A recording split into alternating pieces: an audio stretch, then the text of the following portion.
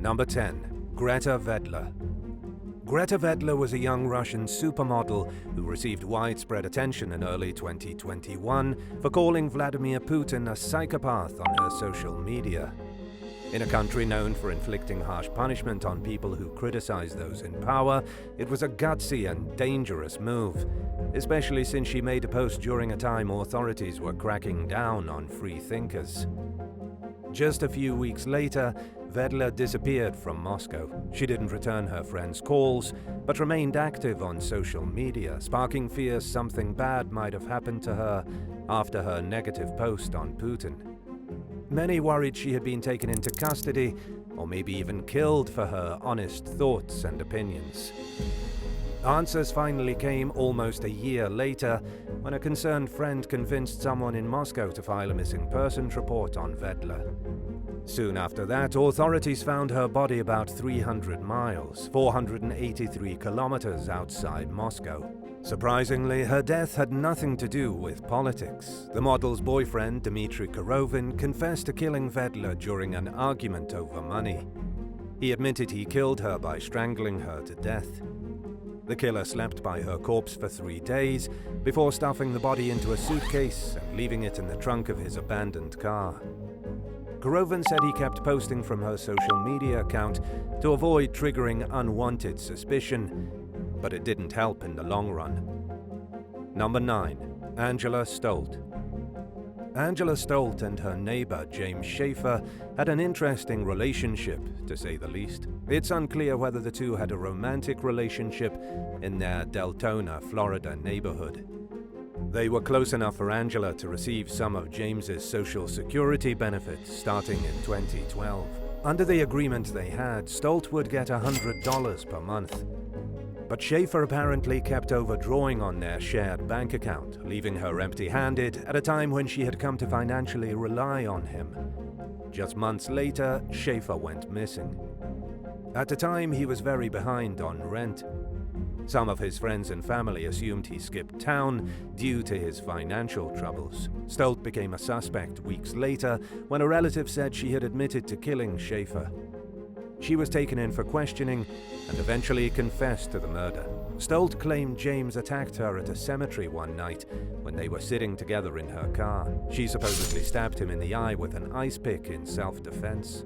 She then grabbed a cord and strangled him to death with it, before driving his dead body to her house and breaking it apart with a hacksaw. The next day, Stolt tried to cremate Schaefer's remains in her oven. She threw away his belongings and burned remains in multiple spots throughout Volusia County. She took law enforcement to the sites, where they found partial remains of James's body. Stolt's self-defense claims failed to hold up in court when prosecutors argued she murdered her friend because she was annoyed that he kept overdrawing from their bank account. She was convicted of first-degree murder and received a life sentence for her gruesome, gory crimes. Number 8. Angeli Dominguez.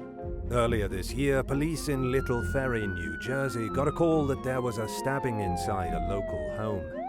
When they got to the scene, they found 21-year-old Angeli Dominguez slumped over in a chair at her family home, shot dead. O'Malley's younger brother came home and found O'Malley and their other sister, 27-year-old Angeli Dominguez, arguing about money. He dialed 911 after hearing what sounded like a gunshot. He went into the family's living room and saw Angeli leaving the home. She was apprehended by police in a traffic stop not long after, and now faces a first-degree murder charge, along with a gun-related charge. The day before O'Malley's murder, Angeli's fiancé, Tony Miranda, told police in Jacksonville, Florida, where the couple lived, and in Bayonne, New Jersey, that the suspect had stolen his car and 5 legally owned guns, and that she appeared to be heading to New Jersey. Miranda was able to track Angeli's cell phone location and showed a responding officer that she was already down in South Carolina. He then explained Angeli had been involuntarily taken to a hospital for a psychiatric evaluation just a few days earlier under Florida's Baker Act. Police body cam footage revealed the officer saying he couldn't take a report since the couple had been together for 3 years, and that Angeli hadn't actually stolen from Miranda because she might have planned to come back. It's unfortunate because Miranda knew something was wrong. He later told local station News 4 Jax that he believes the murder could have been prevented if someone had just taken his report seriously. Number 7. Robert Mitchell Williams. People will do anything for money, even kill. A money-related argument between two cousins at a Tuscaloosa, Alabama park turned deadly one night in 2019 when 40-year-old Robert Mitchell Williams pulled a gun on 36-year-old Rashad Ritchie and shot him multiple times. Ritchie was then rushed to the hospital in critical condition. The disagreement apparently started because one party thought the other owed them money. Sadly, it was never fully resolved, since Ritchie died from his injuries, prompting police to ramp up charges against Williams. Instead of attempted murder, he'd now be charged with murder. Oddly, there seems to be no updates available on how the case played out, but it's probably safe to assume Williams didn't get off scot-free. Number 6. Lisa Freyhaut. In early 2016, 78-year-old Irene Carter was found dead inside her Lethbridge, Alberta, Canada home. Someone had stabbed her 18 times, shoved her down a staircase, and beat her to death by repeatedly slamming her head hard against the floor. By then, Carter was likely already dead. But, just in case she wasn't, the killer removed the house phone's cords so that she couldn't call for help. The case slowly developed over the following months. As detectives worked to find a suspect, Carter's adopted daughter, Lisa Freyhaut, appeared on Canadian national television, begging for anyone with information about her mother's killer to come forward and speak up. Freyhaut's pleas turned out to be nothing more than a well-staged act. Investigators linked her to a bloody fingerprint found at the murder scene and arrested her for the crime. It was later revealed that on the day she was killed, Carter got into an argument with Freyhaut over money, sending her into an unchecked, murderous rage. In the years leading up to the killing, Freyhaut had already started taking control over aspects of her mother's life, especially when it came to finances. It would later come to light that she was using the money to fund a gambling addiction. Carter was reportedly miserable over her loss of independence, but had little say in the matter since Freyhaut managed to obtain power of attorney over her affairs. The daytime nurses and social workers that checked in on Carter started to notice some concerning things about Freyhaut's behavior. They tried to talk to her and even filed an elder abuse report, and were trying to help her legally regain control over aspects of her life when the murder happened. Freyhaut pleaded guilty to second-degree murder and was sentenced to life in prison with no possibility of parole for the next 11 years at least. She seemed sorry during her sentencing, but for those who were most impacted by Carter's death, it all fell on deaf ears. And it's understandable. They didn't think she could possibly be sorry after hearing the horrors she was capable of. Number 5. Rev I. Blakes. 41-year-old Rev I. Blakes was already out on bond for his ongoing DUI case when he shot Michael Davis Jr. in Peoria, Illinois, in July of this year. Witnesses said Davis fell to the ground after the first shot and that Blakes approached and fired 2 to 3 more before escaping on foot. Emergency responders did their best in trying to save Davis, but he died from his injuries. Blakes reportedly told detectives he had gone to Davis's home because he stole $140 from him.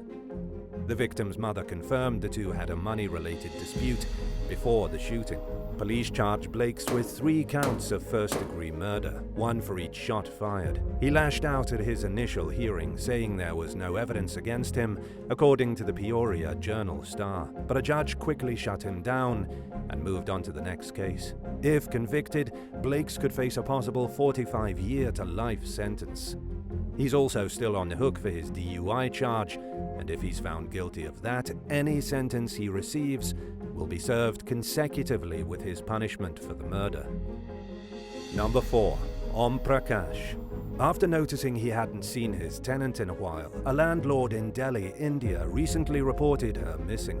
Her body was later found near a highway where someone dumped it after murdering her. She was strangled to death. Using surveillance footage, police identified 3 possible suspects, including the woman's live-in partner, 43-year-old Om Prakash, and his brother Raj Kumar. They tried to raid the trio's hideout, but the suspects fled and were later tracked down through activity on their cell phone.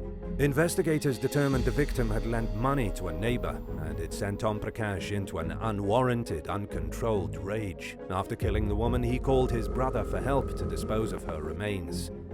The pair will now face justice along with their alleged accomplice under India's notoriously slow justice system, which some might argue is punishment enough. Who knows when their sentence will come, but at least they'll have to wait in jail. Number 3. Desiree Deborah Martin. A wounded woman recently appeared in an emergency room in Leesburg, Florida, seeking treatment for stab wounds she received in her buttocks.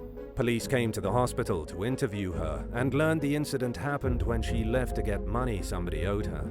She was sitting in the car counting the cash a man had just handed her when his girlfriend, 33-year-old Desiree Deborah Martin, allegedly began to run her mouth. The woman and her driver were about to leave and drive away, but Martin continued talking smack, according to the victim's version of events. Instead of just leaving like she should have, the woman got out of the car and prepared to fight Martin, who pulled out a pocket knife. At that point, the woman changed her mind about fighting and tried getting back into the vehicle. In the process, she received a puncture wound straight to her rear. Martin told investigators she stabbed the victim in self-defense, but they didn't buy her story. She was taken into custody on suspicion of aggravated battery with a deadly weapon and is currently free on bail while the case proceeds in court. Number 2. Jay Wilson. A 67-year-old New Hampshire man named Dita Sire was recently shot dead outside a home in Woodstock, New York, during a fight between his elderly friend, June Wilson, and her 45-year-old son, Jay Wilson. The two were reportedly in a long-standing argument over money and property, and Sire met up with June to support her during a meeting with Jay. Things quickly turned sour, prompting Jay to pull out a gun and shoot Sire. June fled for safety and managed to escape unharmed by taking shelter in a neighbor's home. When Sergeant Joseph Swanson got to the scene and tried to give first aid to Sire, Wilson allegedly stood in the doorway and opened fire on the police officer. Swanson got a grass wound from a bullet, but was luckily okay besides it. Over the next few hours, Wilson remained holed up in his house while police tried to get him to come out. In the meantime, they obtained a warrant to enter the home. As they came in, they heard a gunshot from another room and found Wilson dead from a self-inflicted bullet. Neighbors who lived near Jay were shocked to find out a man they had always known to be pleasant and non-threatening had carried out such a disturbing act that ended in tragedy. Number 1. Ashley Dawn Taylor.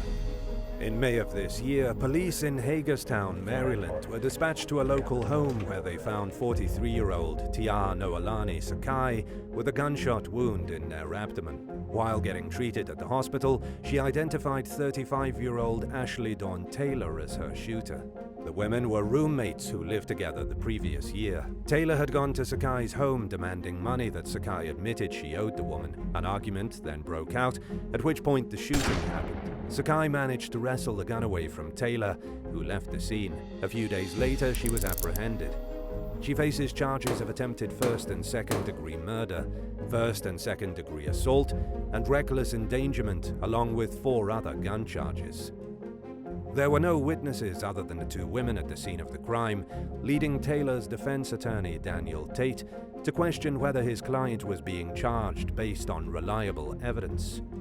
During cross-examination, Hagerstown Police Detective Tony Flegel admitted that the decision to arrest Taylor was largely based on Sakai's version of events. Tate argued there was insufficient evidence for the case to keep going and tried to convince the judge to release Taylor while the case played out, pointing out that her husband was terminally ill. But the judge ordered the case to go to trial and determined Taylor would pose a danger to the community if she were to be released. She remains held on bail as the case continues. Thanks for watching. Have you ever had someone owe you money? Tell us about your experiences in the comments below, and don't forget to subscribe. See you soon. Bye.